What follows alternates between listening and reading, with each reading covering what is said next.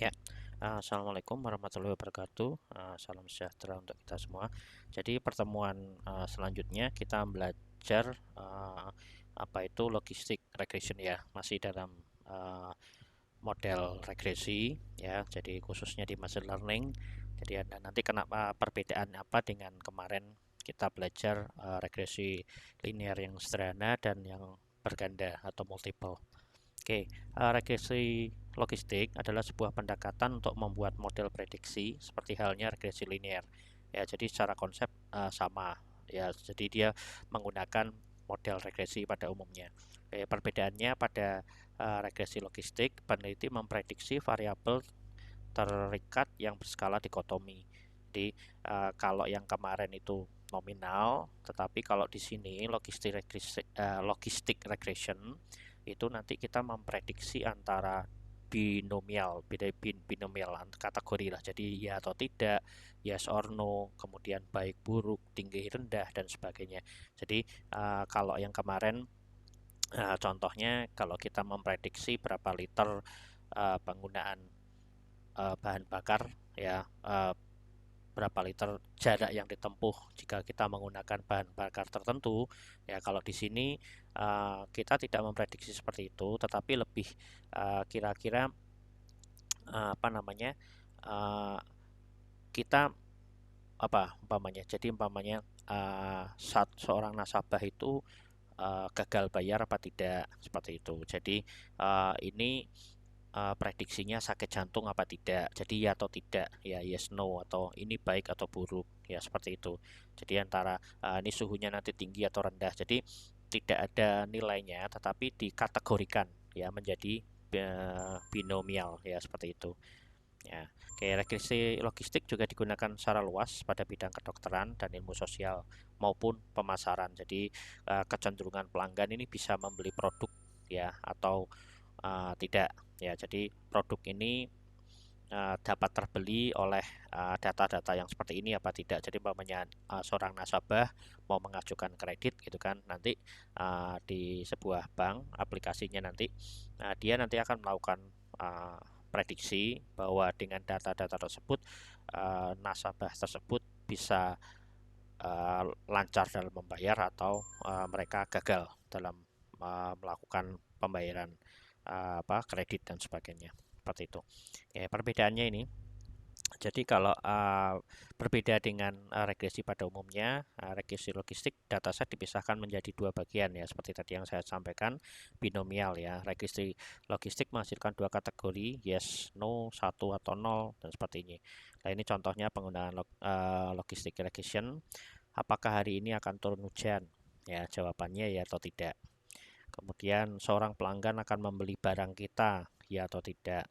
Kemudian seorang nasabah atau kreditor akan gagal membayar pinjaman kreditnya, ya atau tidak. Ya, jadi nanti di situ akan menghasilkan sebuah prediksi antara dua kategori, ya antara ya atau tidak, ya atau tidak, atau gagal atau tidak, ya gagal atau sukses seperti itu. Jadi dia menghasilkan prediksi dalam bentuk binomial, jadi dua kategori seperti tadi ya, tidak dengan seperti yang kemarin kita pelajari, kita langsung mendapatkan angka-angka prediksi ya dalam bentuk nominal, sedangkan kalau logistik regression dia nanti dalam bentuk kategori seperti tadi yang sudah saya sampaikan.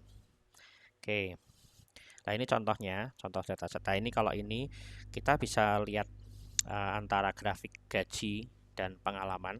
Ya, ini mungkin contohnya nanti Anda bisa lihat di websitenya Pak Mega Bagus ini. Ini saya hanya menggambarkan saja. Jadi di sini kalau kemarin kita menggunakan regresi, semakin pengalamannya semakin banyak ya, pengalamannya semakin banyak ya, semakin ke kanan ya. Jadi X-nya semakin ke kanan. Di sini Y-nya atau gajinya ini semakin tinggi. Ya itu kan regresinya seperti kemarin. Ya jadi ada hubungan linear antara gaji dan pengalaman. Ya seperti itu. Jadi kalau hal seperti ini bisa dilakukan dengan menggunakan regresi pada umumnya. Ya jadi kita bisa langsung melakukan perhitungan nih. Jadi nanti pengalamannya berapa, kemudian kira-kira gaji yang ditawarkan seberapa. Jadi ada hubungannya secara linear. Nah, bagaimana kalau mempunyai dataset yang seperti ini? Ya. Nah, dataset seperti ini, jadi antara grafik grafik keputusan beli dengan usia. Ya, jadi usianya, ya contoh usianya di sini ya di angka 0, ya X-nya ini 0, ya. Kemudian di sini Y-nya 1 seperti ini. Ya, dari sini kita masih belum bisa melihat. Jadi hubungannya seperti apa gitu kan. Ya, kalau kita paksakan nanti menggunakan regresi linear, ya jadi nanti kalau kita paksakan regresi linear dan nanti hasilnya seperti ini gitu kan, muncul garis regresi berwarna merah. Jadi ada garis regresi berwarna merah diagonal ya dari kiri bawah ke atas ya. Namun regresi ini tidak memberikan jawaban ya. Jadi kalau nanti ada orang yang ternyata ini kan di antara 0 sampai 1 gitu kan datanya. Kemudian nanti ada yang orang beli di antara 0,47 ya, berarti katakanlah 0,5 sini ya. Berarti 0,47-nya di sini ya. Jadi 0,47 di antara tengah-tengah ya. Jadi di antara tengah-tengah seperti ini. Nah, itu nanti apakah nanti bisa terbaca gitu kan. Jadi dia nanti masuk dalam kategori apa. Nah, itu jadi nanti jadi masalah. Dia masuk ke 1 atau ke 0 ya. Jadi hal-hal tersebut memang tidak dimodelkan kalau kita contoh di dataset seperti ini itu tidak dimodelkan kalau kita menggunakan regresi pada umumnya ya. Jadi kalau umpamanya nanti ada yang beli di antara ini ya, sebentar ini saya coba oret-oret sebentar, saya stop dulu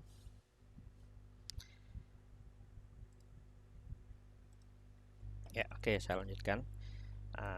Contoh ini umpamanya nanti sebentar, saya pakai pen ini bisa nggak nih.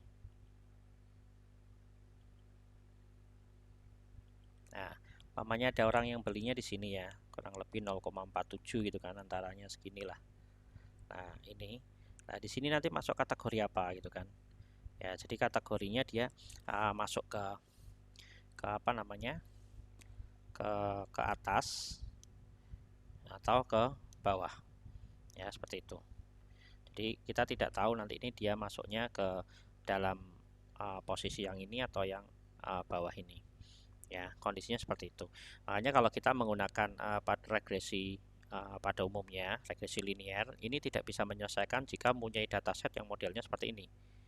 Jadi datasetnya yang modelnya seperti ini di antara 0 dan 1 sebarannya.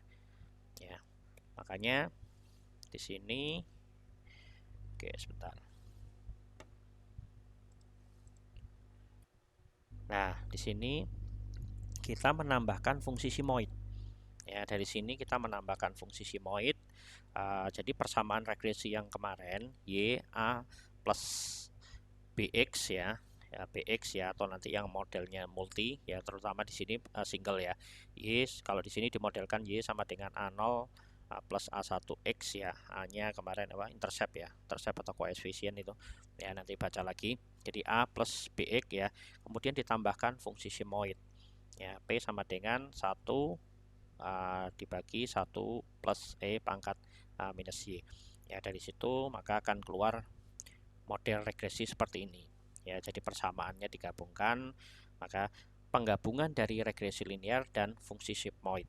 Ya, nanti kalau untuk penjelasannya secara matematis Anda nanti bisa cari ya, untuk penjelasannya. Jadi saya di sini ingin menggambarkan jika mempunyai dataset yang modelnya seperti yang tadi yang saya sudah sampaikan ya, seperti ini, itu tidak bisa diselesaikan dengan menggunakan konsep ini ya. Jadi dia harus ditambahkan fungsi sigmoid biar nanti dia bisa terselesaikan ya, seperti ini ya, konsepnya seperti ini. Jadi nanti menambahkan fungsi sigmoid.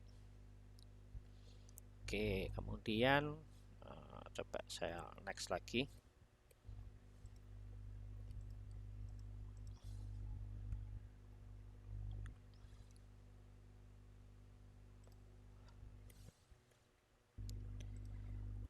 Oke, nah ini di sini.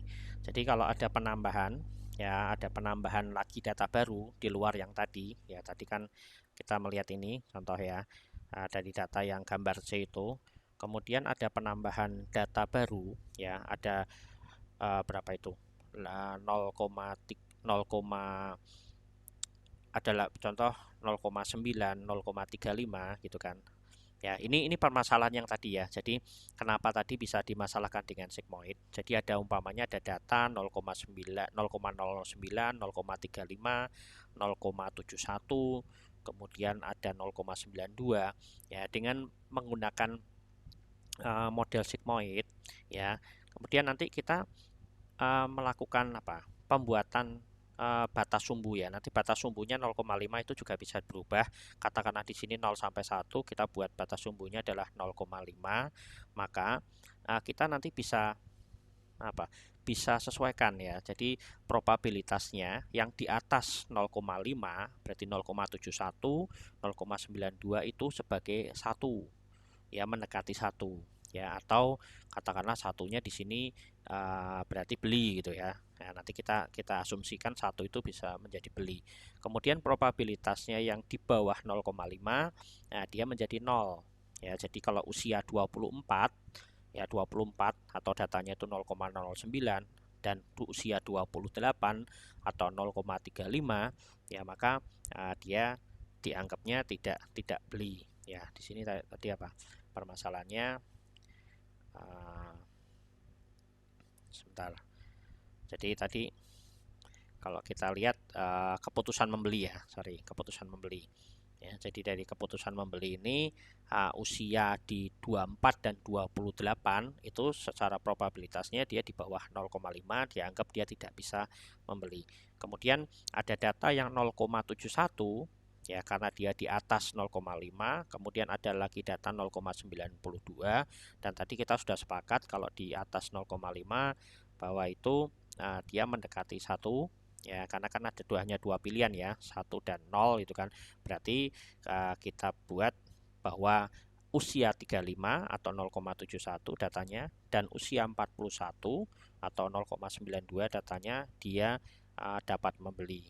Ya, jadi secara masalah-masalah yang seperti tadi ya kita selesaikan dengan menggunakan konsep logistic regression ya, seperti itu. Nah, ini ya, jadi untuk batasnya 0,5 itu memang kita bisa rubah karena kita asumsikan aja di sini adalah 0,5 karena setengahnya ya dari 1 dan 0. Oke. Kemudian di sini nanti kita coba praktek ya untuk memprediksi calon pembeli lain apakah akan membeli mobil atau tidak. Jadi calon pembelinya ya kita punya dataset seperti ini. Ya, di sini ada beberapa fitur ya, kolom yaitu usia, status, ID nanti kita akan hilangkan, kita tidak akan gunakan. Usia, status, ya kemudian kelamin, memiliki mobil, penghasilan dan beli mobil. Di sini kita sudah melakukan pre-processing ya. Jadi sudah kita lakukan pre-processing terutama di status. Ya, di status itu ada 1, 2 dan 3 ya. Jadi sebelumnya datanya itu tidak seperti itu. Jadi kita lakukan pre-processing ya biar menjadi numerik ya. 0, jadi ada 4 data, 0, 1, 2 dan 3. Nolnya dari kita hitung 1, 0 adalah single, kemudian 1 menikah, kemudian 2 menikah dengan anak contoh ya, kemudian 3 duda atau janda ya. Kita punya status 4, 0 adalah single, 1 menikah, 2 menikah dengan anak ya. Jadi sudah punya anak, menikah yang sudah punya anak kita asumsikan menjadi 2 dan 3 adalah duda atau janda. Begitu juga dengan kelamin ya, kelamin ini kita kategorikan 0 adalah pria dan 1 adalah wanita ya. Jadi datanya kita lakukan pre-processing dulu biar kita bisa lakukan proses selanjutnya ya. Jadi kita lakukan pre-processing. Kemudian ada memiliki mobil. Memiliki mobil itu jumlah ya. Jadi jumlahnya memiliki mobil 0 berarti belum punya atau tidak punya mobil, dan 1, 2 seterusnya berarti dia punya jumlahnya seperti itu. Kemudian penghasilan ini kita kalikan dengan katakanlah per tahun ya, berarti 100 juta lah umpamanya seperti itu ya, 240 juta per tahun, 100 juta per tahun, 250 juta per tahun ya. Kita buat biar tidak terlalu banyak atau terlalu datanya terlalu jomplang nanti ya. Jadi kita minimalkan, kita sederhanakan ya, kita buang nol-nolnya ya. Kemudian targetnya beli mobil iya atau tidak ya. Nol itu berarti dia tidak bisa, tidak membeli ya. Satu adalah membeli ya. Jadi dari data yang seperti ini ya, kita lakukan nanti prakteknya menggunakan logistic regression. Dari situ nanti kita bisa mendapatkan datanya kira-kira dengan data-data seperti ini ya. Nanti kalau dimasukkan data baru ya, umpamanya di data masuk baru ada usia 35 tahun, kemudian statusnya sudah menikah, punya anak, berarti usianya 35 ya. Jadi usia 35, statusnya 2, jenis kelaminnya adalah 0, pria. Terus kemudian dia belum memiliki mobil, penghasilannya 350 umpamanya. Nah, nanti kita bisa memprediksi nih, si orang tersebut kira-kira dia beli mobil apa tidak. Ya, seperti itu. Jadi perbedaannya dengan regresi linear yang kemarin ya, kalau di sini dia memprediksi ya atau tidak. Bionomial ya, biar jadi kategori lah. Ya, seperti itu. Jadi dia nanti memprediksinya seperti itu. Oke, kita nanti coba langsung praktek ya. Kita praktek langsung. Saya akan skip dulu ini. Saya masuk ke ini, nanti saya tutup dulu aja. Oke, kalau nggak usah. Kita masuk ke apa namanya? Sebentar. Ya, oke. Masuk ke Google Drive-nya kemarin untuk untuk membuat apa? Masuk ke Google Drive untuk masuk ke Google Colab ya, sorry masuk ke Google Colab. Oke, kita sudah, ini kebetulan saya masukkan di dalam satu folder ya. Nanti Anda juga bisa buatkan di dalam satu folder ya. Oke, di sini nanti Anda bisa klik new ya, sudah masuk di dalam sini. Kemudian more, masuk di sini Google Collaboratory ya. Oke, dari Google Collaboratory ini nanti jangan lupa filenya kemarin sudah kita sambungkan ya. Jadi nanti kita akan melakukan mounting dengan Google Drive-nya ya. Di sini contoh kita beri nama logistic regression ya, untuk membedakan yang sebelumnya saya sudah buat. Oke ya, pertama lakukan mounting dulu, datasetnya di mana ya. Oke, di sini ya, ini kan belum ada. Anda lakukan mounting, mount drive ya. Nanti ada permintaan connect to drive, Google Drive, sampai nanti di sini centang ya. Tunggu beberapa saat nih, nanti sampai ada tulisan mounting Google Drive-nya berhasil, maka di sini nanti ada drive Anda ya. Ini oke, setelah ke drive Anda nanti Anda tahu lokasinya di mana ya. Lokasinya kemarin saya taruh di dataset ya. Oke, saya taruh di dataset. Kemudian yang pertama, import pandas as pd, kemudian saya kasih nama data frame atau df pd.read csv. Kemudian di sini untuk pemanggilannya konten, kemudian drive, ini dihafalin ya yang depan ya, konten drive ya, backslash konten drive slash konten drive, kemudian my, ini sesuai nih ya, ini drive, kemudian di sini ada nih my drive, kemudian lokasinya di mana. Nah, lokasinya di dalam folder dataset. Kemudian Anda cari nama filenya, calon pembeli, kemudian apa nih, CH5.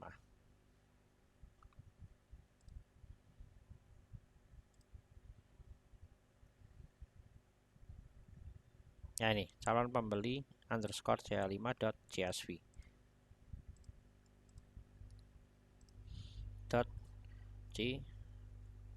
.csv. Oke, kemudian kita coba tampilkan head ya. Sudah kita tampilkan cuma 5 Ya, oke. Datanya sudah masuk, ya sudah kita tampilkan uh, dalam bentuk data frame yang nanti kita bisa olah selanjutnya. Kemudian kita periksa lagi datanya, describe, ada anomali apa tidak. Ya, jadi kalau ternyata nanti ada yang usianya terlalu tinggi dan ini nih, contoh ini usianya terlalu tinggi, ya maksimal masa 164, ya kayak gini. Kemudian kita cek lagi nih, status 3. Oke, tadi kita hanya punya 3 ya, 0, 1, 2, dan 3.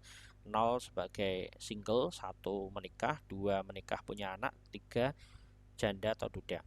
Kelaminnya 0 dan 1, ya, minnya 0, maksimal 1. Memiliki mobil 0. Oh, jumlahnya ini jumlah ya, tadi jumlah ada yang 0 tidak punya, ada yang 1, ada yang 2, ada yang 3 dan 4, sampai 4 berarti ada yang punya memiliki mobil 4. Kemudian penghasilan dari yang minimalnya 95 juta, ya tadi kita hilangkan 00-nya ya, sampai ke 490 juta.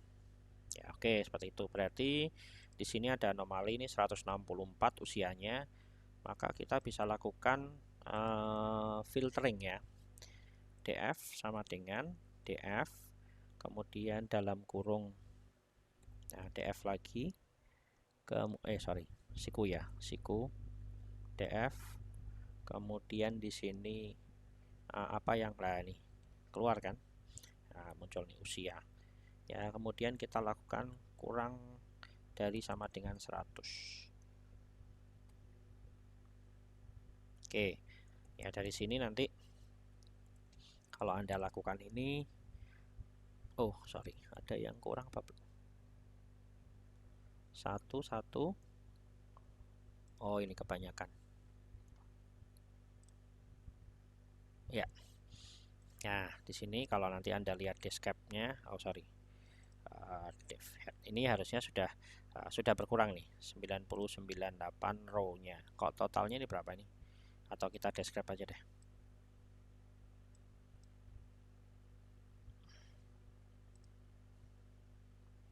Ya, 65 ya. Jadi sudah tidak ada anomali lagi. Ya. Oke, dari sini ya seperti biasa kita sudah tahu datanya. Jadi, kita cek dulu ada yang null apa tidak. CF is null dot sum.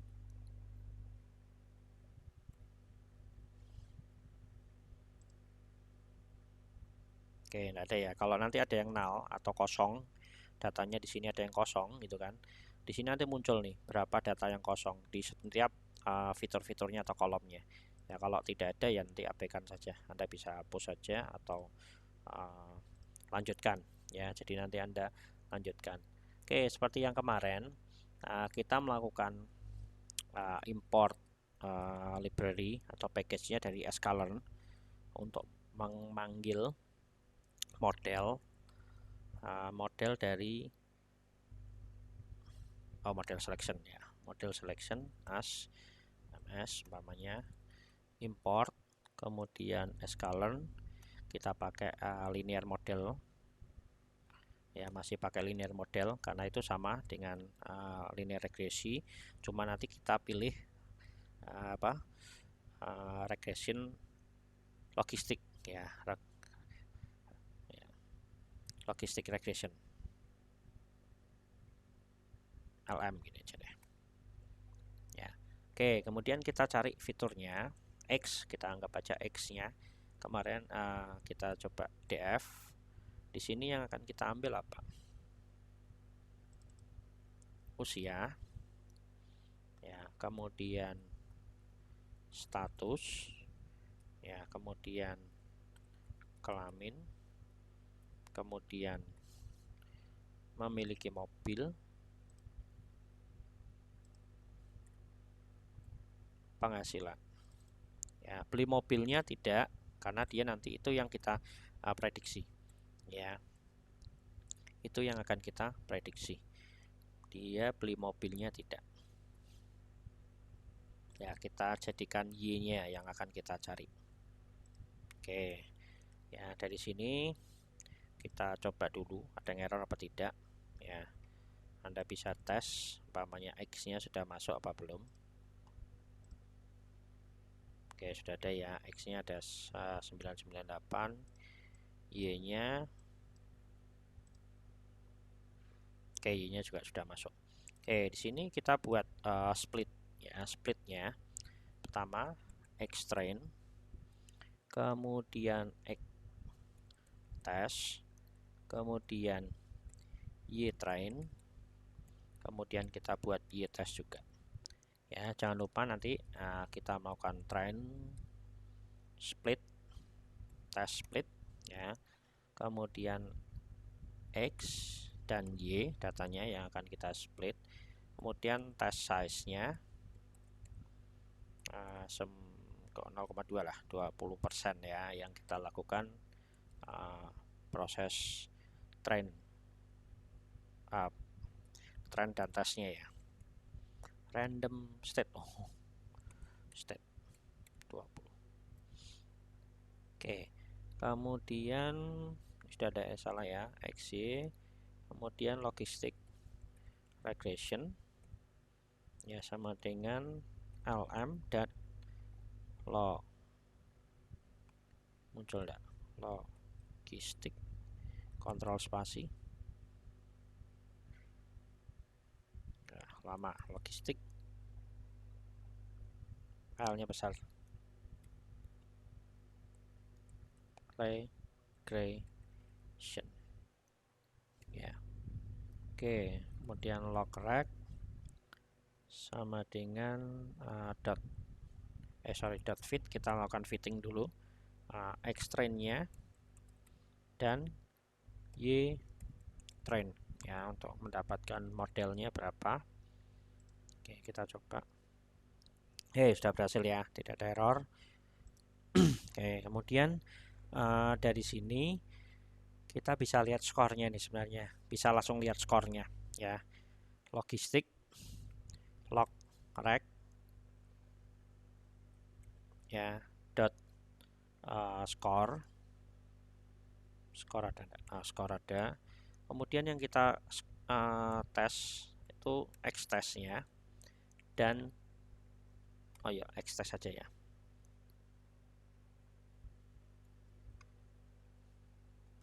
Ya, kita tampung nanti Y predict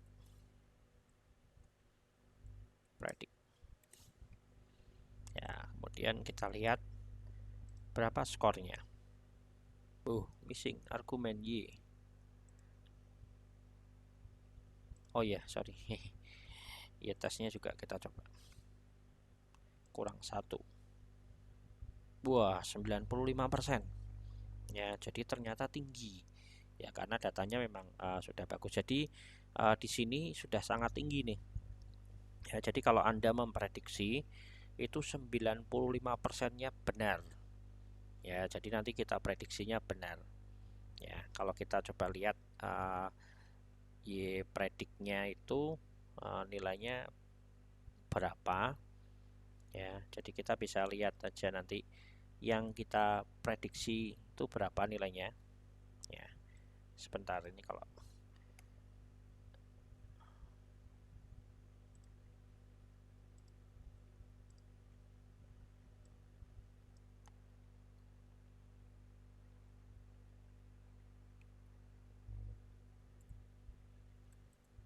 Y tes.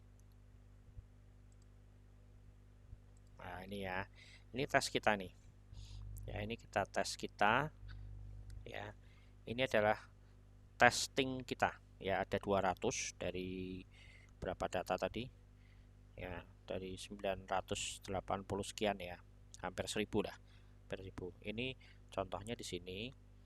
Kemudian kita bisa melihat ya prediksinya kita. Ini jangan skor gini aja ya. Ini ya skor itu aja lah. Nanti kita pakai namanya.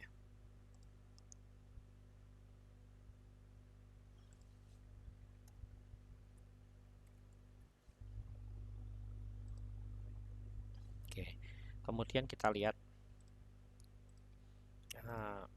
Y yang kita prediksi, predik sama dengan log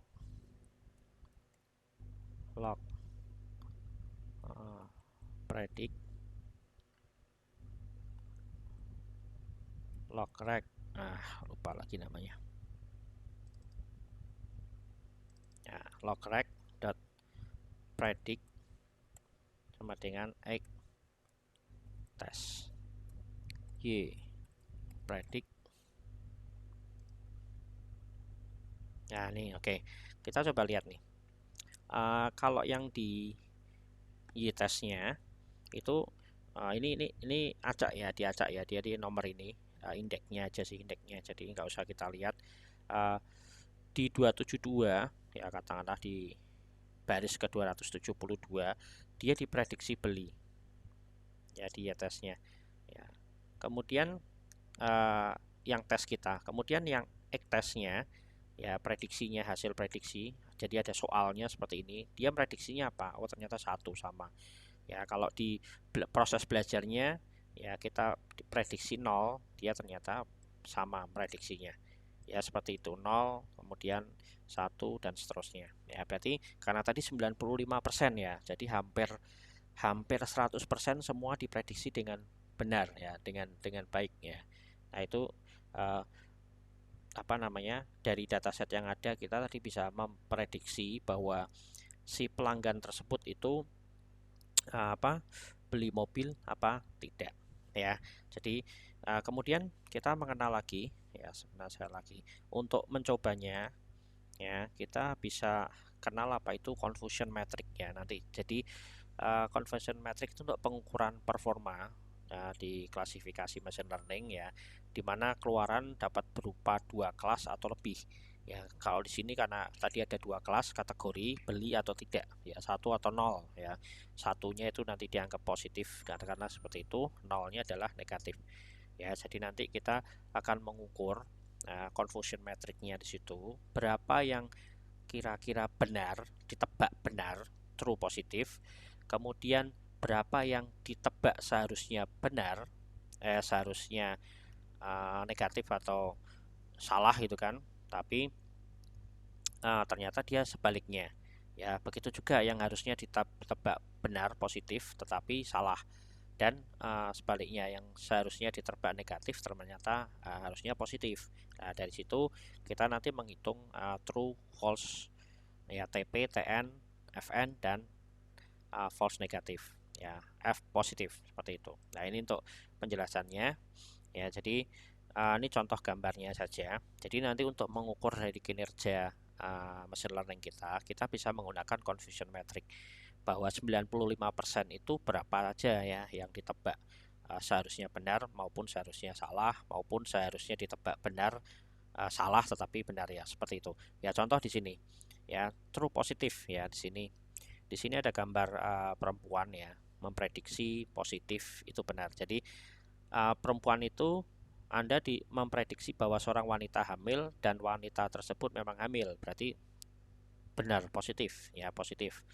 Kemudian true negatif ya, true negatif, dia di sini diprediksi bahwa pria itu tidak hamil ya. Jadi tidak diprediksi memang salah gitu loh, diprediksi benar salah, benar-benar salah itu. Kayak contohnya di sini adalah laki-laki kan tidak mungkin hamil, berarti kita prediksinya benar, dia memang nggak hamil ya. Berarti itu nanti salah satu nilai kebenarannya ya, seperti. Kemudian yang di false positif ya, kesalahan tipe 1 di sini false positif, Anda memprediksi positif ya, padahal kenyataannya pria hamil itu tidak mungkin ya, tidak bisa hamil ya. Jadi Anda prediksinya dia positif, bahwa dia salah gitu kan, seperti itu ya. Kemudian nanti di sebaliknya false negatif ya, kesalahan tipe 2 di sini Anda memprediksi negatif ya, itu salah ya, memprediksi bahwa perempuan itu, seorang wanita tidak hamil, tapi sebaliknya dia bisa hamil ya. Contohnya seperti itu. Oke, mungkin nanti Anda bisa lihat ini untuk rumusnya sendiri ya. Di sini adalah recall, precision, akurasi, dan F1 score atau F measure ya. Di sini nanti kita mencari tadi TP, true positif ditambah false negatif itu untuk recall. Kemudian precision, true positif dibagi true positif ditambah false positif. Kalau yang recall false negatif. Kemudian untuk mencari akurasi, true positif ditambah true negatif dibagi true positif ditambah true negatif ditambah false positif ditambah false negatif. Kemudian F-measure-nya 2 kali recall kali precision dibagi recall tambah precision. Ya, mungkin untuk sedikit penjelasan lagi, mungkin untuk penambahan. Di sini contoh, ini saya tadi cari di situsnya Binus, jadi nanti mungkin bisa sedikit pemahaman. Jadi ada perusahaan ini membuat sebuah model latih untuk memprediksi apakah seorang karyawan di perusahaan tersebut kena COVID-19 atau tidak. Dengan asumsi perusahaan tersebut mempunyai 175 karyawan, N-nya berarti 175. Dengan model classifier memprediksi karyawan, ya jadi modelnya klasifikasi ya, salah satunya tadi logistic regression. Logistic regression itu klasifikasi, memprediksi karyawan tersebut positif COVID-19 sebanyak 145. Ya, jadi di sini memprediksi karyawannya 145 dan karyawan negatif COVID-19 sebanyak 30.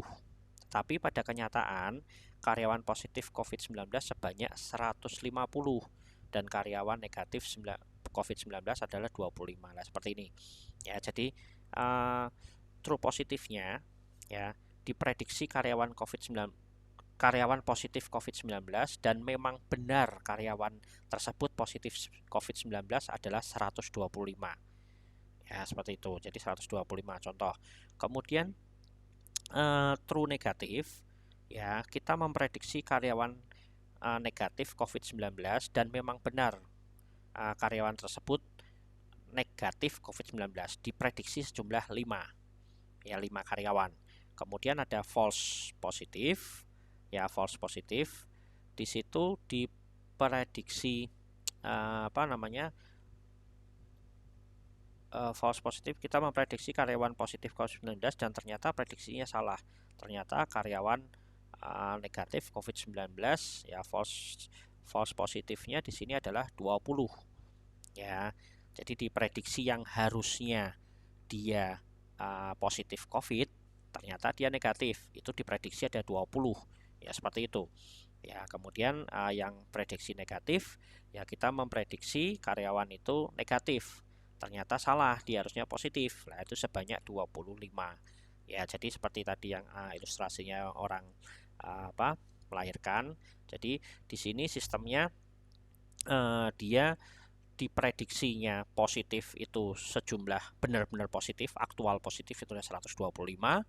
Kemudian diprediksi negatif ya atau TN, true negatif, itu diprediksinya di sini dicatatkan adalah 5 gitu kan.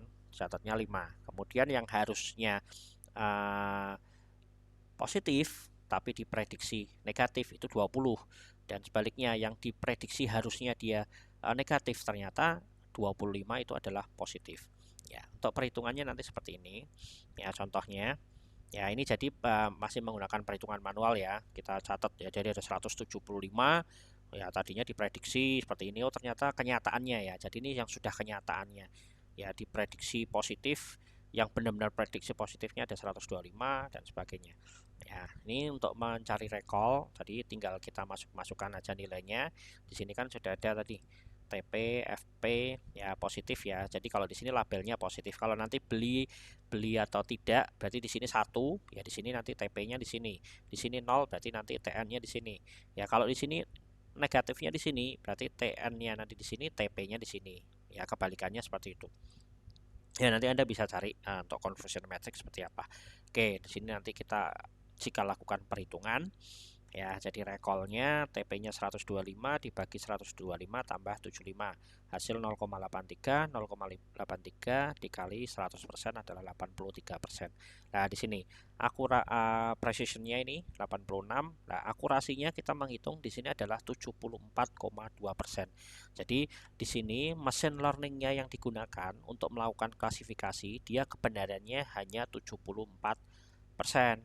Ya, jadi setelah diprediksi seperti ini, dia model memprediksi karyawannya sebanyak 145 negatif ya, dan sebanyak karyawan positif sebanyak 145 dan negatif sebanyak 30. Tapi kenyataannya, lah ini gitu kan. Tadinya memprediksinya ini 145 negatif dan 145 positif dan 30 negatif, tapi kenyataannya ini ya, jadi kenyataan yang benar ini. Jadi dari data yang ini itu 74% saja akurasinya. 74,2%. Oke, jadi nanti kita coba kembali lagi yang ke regresi ini tadi ya, kita bisa gunakan sama di sklearn itu juga ada juga untuk confusion metric, sklearn confusion metric ya. Kita nanti bisa gunakan yang sudah ada ya. Kita tinggal menggunakan saja. Nah, ini. Ya, jadi nanti dia sama dengan yang tadi. Ya, nanti kita bisa mendapatkan ini confusionnya ya. Oke, kita coba. Pertama kita import dulu sklearn-nya ini, metrik ya, tabel metrik ya. Ini kita bisa kopikan aja nih. Ya, oke, confusion metric. Kemudian kita mau cari lagi nanti umpamanya mau nyari skor akurasi. Nah, ini akurasi skor. Kemudian kita mau klasifikasi lagi, klasifikasi report. Nah, report ya. Oke, dari sini tadi kita sudah punya predik ya. Prediknya apa nih? Y-predik ya. Kita sudah punya Y-predik ya, jadi kita nggak usah lakukan lagi. Nah, Anda bisa langsung tinggal buat nih, print confusion metric. Confusion metric, kemudian dalam kurung yang akan Anda hitung Y-test dan Y-predik tadi. Ya, seperti ini. Kemudian kita bisa jalankan. Nah, ini ya, 59 dan 132. Ya, di sini karena tadi 0 dan 1 ya, nolnya ini adalah positif, ini adalah 1 ya, satunya adalah positif ya, nolnya adalah negatif. Berarti di sini TN-nya adalah 59 true positif yang diprediksi ya. Sebentar, ini kalau kita lihat gambarnya gimana ya, coba aja.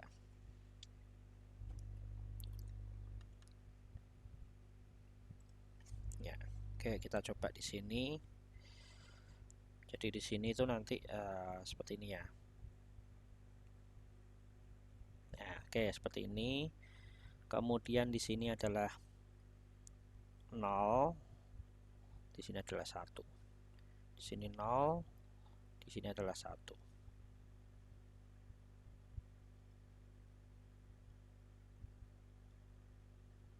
Nah, seperti ini ya. Nah, ini tadi TN.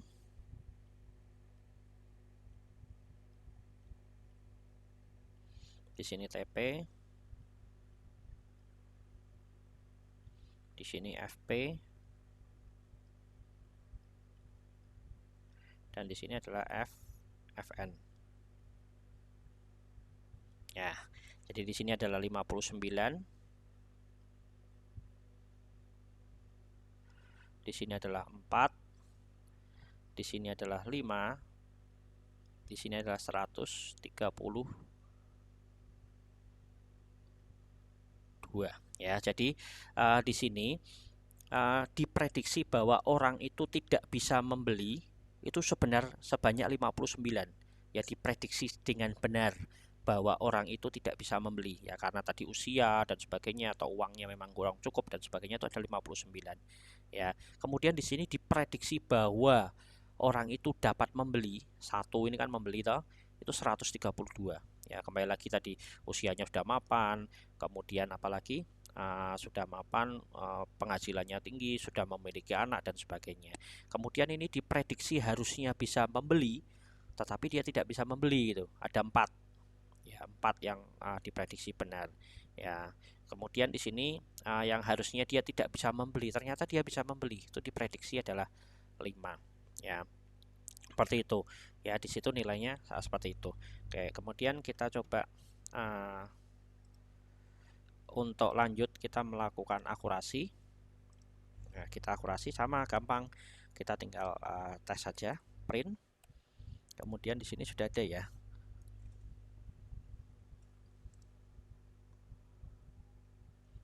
Akurasi skor ya, akurasi skor. Akurasi skor, kemudian sama y-test dan y-predict. Ya, kita bisa lihat ini. Sama kan 95 ya, sama seperti tadi ya. Jadi prediksinya memang bagus gitu kan. Kemudian kita lihat lagi untuk classification reportnya. Classification report, print classification report ya, sama y-test dan y-predict.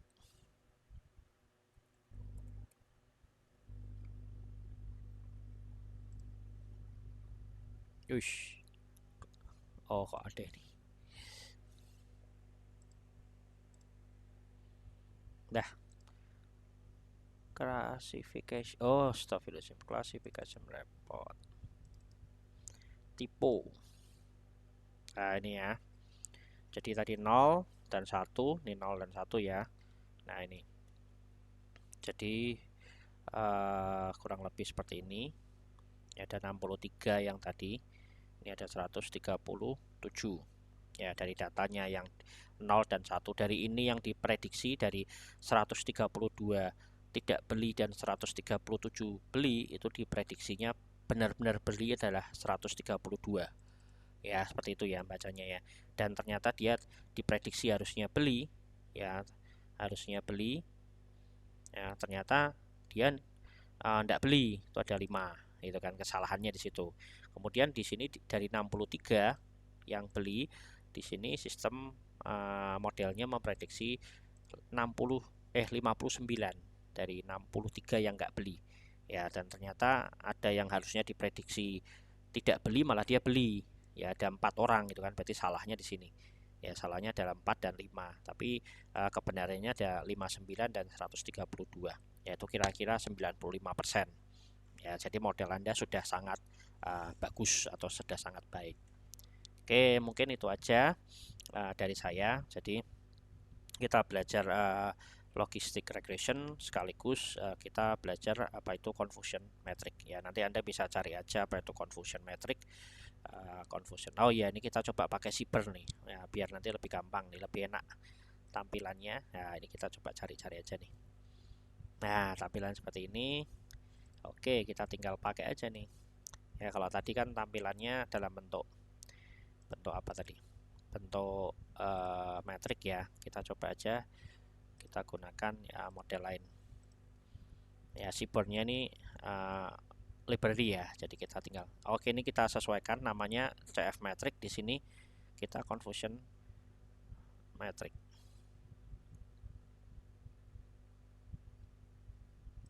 Bisa. Oh salah, sorry, bukan itu. Confusion ini arraynya ya. CF metric. Oh ini sorry, ini kita harus tampung dulu ya. Kita harus tampung dulu aja.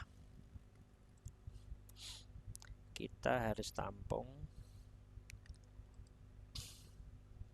CF gitu aja ya. Ya sebenarnya langsung ini aja bisa sih.